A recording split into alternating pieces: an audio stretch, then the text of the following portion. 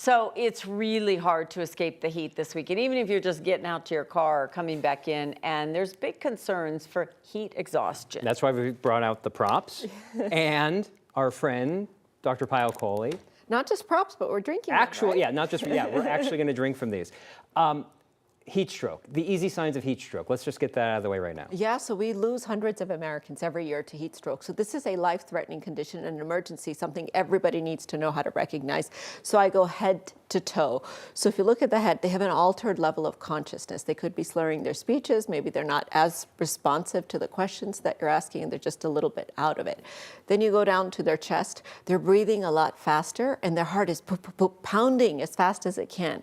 Because the heart and the lungs are trying as hard as they can to give off as much heat as possible. The body is decompensating. So if you put your hands on their skin, it's hot and it's dry if it's just from the heat. If they collapse during exercise, for example, then it would be hot and wet. Ooh. But their skin is extremely hot. Their body temperature is over 104 degrees Fahrenheit. And if they're kind of awake enough, they'll complain of nausea or they'll complain of headache. So really life-threatening condition we should all know about. And call 911 I saw on that screen. Like, don't even try to treat it yourself. No, don't you give should. Somebody water. No, treat it while you're waiting. So the first thing to do, you see somebody collapsed, call 911 for help.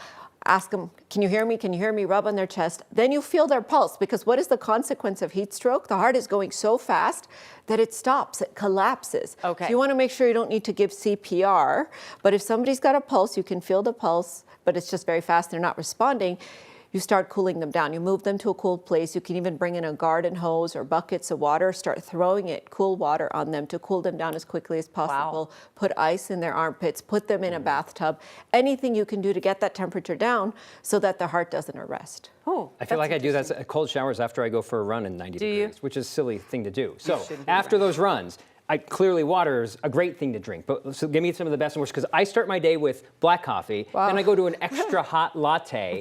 These are probably the wrong ways to go on a hot day. Yeah, so I'm talking about heat stroke, which is the end of the line. The beginning of the line is dehydration, and then we have heat exhaustion, which many of us get with headaches. So the way you can prevent all this, hydrate, hydrate, hydrate. So the best thing, of course, is water, plain old water. That's one of the best ones. If you don't love water, you can do coconut water, because that has a lot of other electrolytes in it, especially if you're somebody who sweats a lot. The fruit smoothies are a great idea, and low-fat or fat-free milk is actually very hydrating as well. Really? Yes. So, but not Gatorade and things like that. No, so that's the opposite. I don't want you to have Gatorade, because that's good for an athlete who's using up a lot of sugar, but for us to take a lot of sugar when we're hot is actually a bad idea. So those kind of sugary drinks are a bad idea. I don't want you to have sodas. So people love to have an ice cold Diet Coke or something, but that caffeine is very dehydrating, just like the coffee, just like that iced coffee is going to do for you.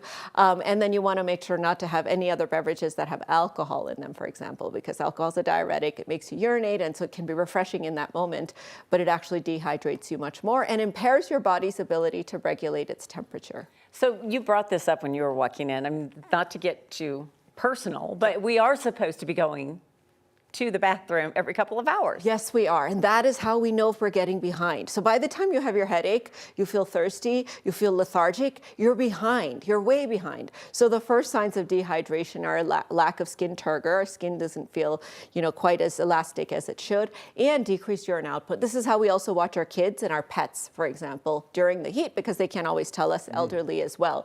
So people really should be going to the bathroom every few hours. It should be a large, normal volume of urine, and it should be light yellow or clear. So if you're having a dark yellow, small amount of urine, or if you're having a headache like I have today, that means you've fallen behind and you really need to keep up on that hydration. This is if you're dark yellow. That's right. If you're light yellow. That's right. We're drinking right now.